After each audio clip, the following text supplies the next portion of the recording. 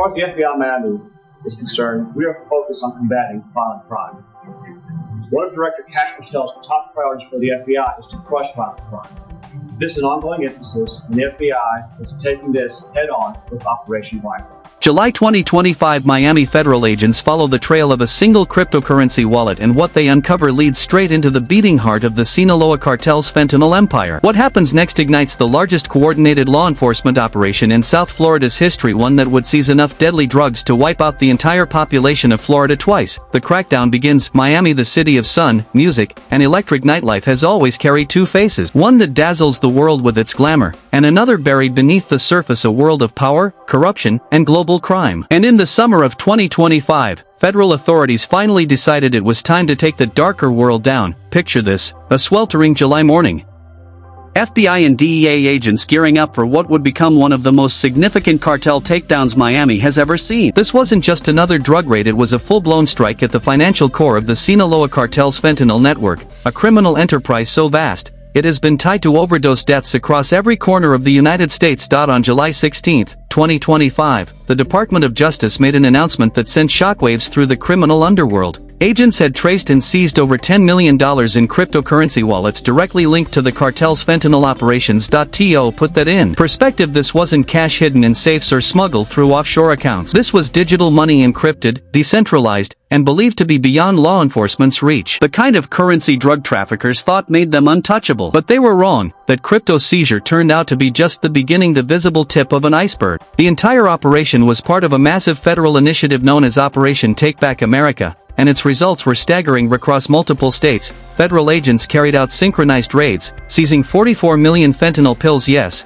44 million, enough to kill nearly every person in the state several times over. They also confiscated over 4,500 pounds of fentanyl powder, along with large caches of methamphetamine, cocaine, and other deadly narcotics. So how does Miami fit into all this? Well, the city has long been a strategic hub for global drug trafficking. Its massive ports, international ties, and proximity to Latin America make it the perfect gateway for smuggling and money laundering. And for decades, the Sinaloa cartel, one of the world's most violent and powerful criminal organizations, has used South Florida as a key point in its U.S. network. And at the center of that empire, the elusive Ismael El Mayo Zambada Garcia, the cartel's legendary co-founder and longtime fugitive. But in August 2025, everything changed. On August 25, 2025, inside a federal courthouse in South Florida, El Mayo finally stood before a judge and pleaded guilty to engaging in a continuing criminal enterprise. The same man who had eluded justice for decades, whose network poisoned countless communities, was now facing accountability in Miami. Still, the federal government wasn't stopping there. Beyond the arrests and crypto seizures, they set their sights on dismantling the cartel's infrastructure entirely. Enter Operation Viper, a relentless tactical enforcement campaign designed to strike at every level of the organization. Its mission: to uproot the cartel's operations, destroy its U.S. foothold, and send a clear message to every criminal enterprise that thought it could hide in the digital shadows. And with that, Miami's war against the Sinaloa cartel had officially begun. Good afternoon. Thank you everybody for being here. My name is Brett Skiles. I'm the Special Agent in charge of the FBI's Miami Field Office. Today we want to announce the results of a series of targeted law enforcement operations on violent crime in South Florida called Operation Viper. Special Agent in charge Brett Skiles stood before a room full of cameras and reporters, flanked by top law enforcement officials from across South Florida. What he was about to reveal marked a turning point in how federal and local agencies unite to fight violent crime. The initiative, known as Operation Viper, was born inside FBI headquarters as part of a nationwide strategy, but Miami became the first city in the country to put it into action. What set Operation Viper apart was its unprecedented level of coordination. This wasn't just about federal agents making arrests and leaving town, it was a true joint mission. The FBI introduced violent crime rapid deployment teams, elite squads built to embed directly with local police in high-crime areas. Picture roughly 35 highly trained agents, task force officers, and local officers gathering daily to identify targets, share intelligence, and strike at the city's most violent offenders. And these targets weren't small-time criminals. They were career offenders, people tied to gangs, drug trafficking, and illegal firearms. The mission was straightforward but ruthlessly efficient: find the worst of the worst, build airtight cases, and remove them from the streets for good. Operation Viper officially launched over Memorial Day weekend, May 2025, and what followed was remarkable. In its opening phase, a joint effort with Miami Beach Police called Operations Viper and Starlight agents immediately made an impact. 10 violent offenders arrested, multiple weapons seized, and dangerous narcotics taken off the streets. Then came the expansion. On May 29th and 30th, the FBI joined forces with the Miami-Dade Sheriff's Office for an intense 48-hour crackdown. The results spoke for themselves: 21 arrests and 7 firearms seized. Sheriff Rosie Cordero-Stutz hailed the effort as a powerful demonstration of what real collaboration can achieve in keeping South Florida's communities safe. In collaboration with our partners standing here with me, we jointly worked to locate and arrest the most violent offenders in our communities. Operations were conducted in Miami Beach, Dade County, the City of Miami, Fort Lauderdale, Miramar, Miami Gardens, and Pembroke Pines. This is a shared success that truly benefits the communities that we all serve. And then came Phase 3, the largest and most ambitious stage of Operation Viper. From mid-May through late June, the initiative evolved into a full-scale, multi-agency sweep that stretched across nearly every corner of South Florida. The scope was staggering: coordinated raids and joint missions across Miami, Miami Beach, Fort Lauderdale, Miramar, Miami Gardens, Pembroke Pines, and Miami-Dade County. The list of participating agencies read like a roll call of South Florida's finest: FBI Miami, the Miami-Dade Sheriff's Office, Fort Lauderdale Police Department, Miami Police Department, Miami Gardens Police Department, Miami Beach Police Department, and several other local and federal partners, all moving in tight, synchronized coordination. But beyond the arrests and takedowns lay one of the most disturbing discoveries of the entire operation: the weapons. And not just handguns or small-caliber firearms. These were weapons of war, the kind of firepower designed for battlefields, not neighborhoods. Investigators recovered heavily modified firearms capable of firing 20 rounds in a single second, weapons so powerful they could rip through body armor with ease. During the press conference announcing the operation's results, Special Agent Brett Skiles highlighted this alarming trend: the growing presence of illegally modified firearms. He specifically drew attention to a tiny but devastating device known as a SEIR, or more commonly, a switch. This simple attachment can convert a standard semi-automatic pistol into a fully automatic weapon, effectively turning an everyday handgun into a machine gun. A chilling reminder of how easily deadly technology can end up on America's streets. In the next, Special Agent Gantert will demonstrate how a SEIR converts a semi-automatic pistol to fully automatic. And during our operations, we recovered 2 of these SEIRs, commonly referred to as a switch.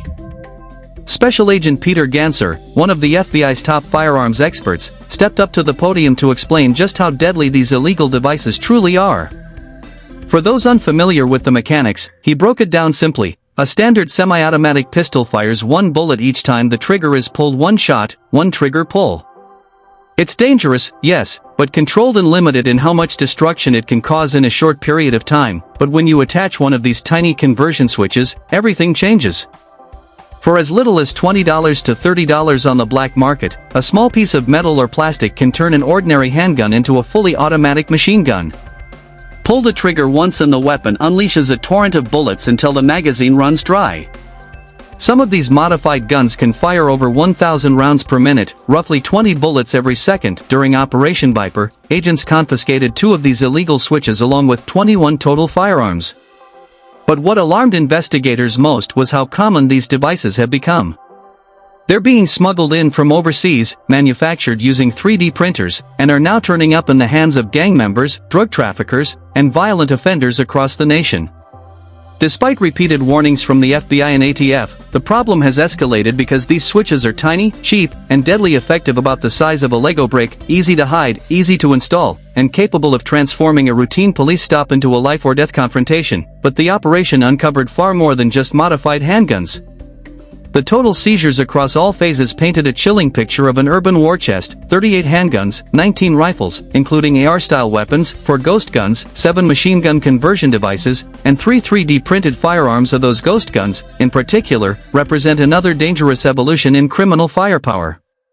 Built from kits or 3D printed components, they carry no serial numbers, making them completely untraceable. Made it, who owned it, or where it's been used.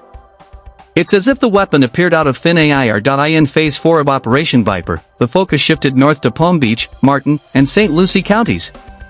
Agents arrested 48 suspects and seized 23 additional firearms.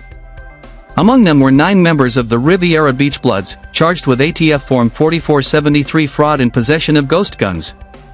One of the most shocking arrests involved a man known as Shashisty Mills, found with a 3D printed AR-15 rifle and 400 grams of fentanyl, enough to kill thousands.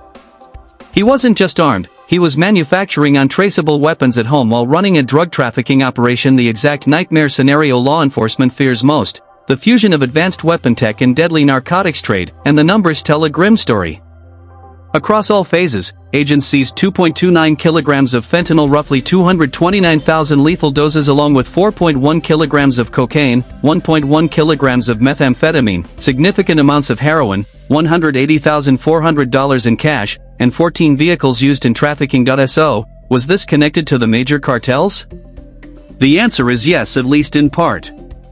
While Operation Viper's primary goal was targeting violent offenders, forensic analysis revealed that around 28% of the seized fentanyl could be traced to Mexico's Sinaloa cartel and the CJNG, Jalisco New Generation cartel. Agents made the link through DEA forensic reports identifying blue M30 pills stamped A215, markings unique to Sinaloa labs. Moreover, several cell phones recovered during the raids contained contacts with +52 country codes, the international prefix for Mexico, confirming that at least some of South Florida's most violent offenders were directly tied to cartel supply chains. Investigators soon uncovered even deeper cartel ties. Forensic analysis of seized cell phones revealed contacts traced directly to regions in Sinaloa, areas long recognized as hubs of cartel activity. But the most direct connection came through intelligence gathered at Port Everglades, the massive shipping complex in Fort Lauderdale. During Phase 4 of Operation Viper, investigators discovered that several cocaine bricks circulating on South Florida streets were linked to a $59 million Coast Guard drug offload that took place there in April 2025. That historic seizure, over 44,000 pounds of cocaine and marijuana, was directly connected to Sinaloa and CJNG, Jalisco New Generation cartel, smuggling networks. Special Agent in Charge Brett Skiles emphasized during a September 2025 briefing that while Operation Viper's main mission was reducing local violent crime, the drugs and weapons flooding communities didn't appear by accident. Intelligence gathered from street-level arrests was being passed up the chain to major federal task forces like CHOTA and OCDEF, both designed to dismantle international drug trafficking organizations. According to FBI Director Kash Patel, the strategy was deliberate and uncompromising. The federal government will crush violent crime, and Operation Viper is the blueprint. This wasn't about chasing arrest numbers, it was intelligence-driven, precision law enforcement, aimed at striking criminal networks where they were most vulnerable. Fort Lauderdale Police Chief William Schultz underscored the operation's real-world impact during a press conference. In just 3 days, he said, Operation Viper led to 16 arrests in my city alone, individuals wanted for armed robbery, burglary, grand theft, drug trafficking, and firearms offenses. We took guns, narcotics, and violent offenders off the streets right before one of the busiest weekends of the year. And the operation's value went beyond arrests. On May 21st, Stranahan High School in Fort. Because the FBI was already in our city supporting Operation Viper, they were able to respond immediately, deploying dozens of agents alongside our officers for what appeared to be an active shooter at a high school.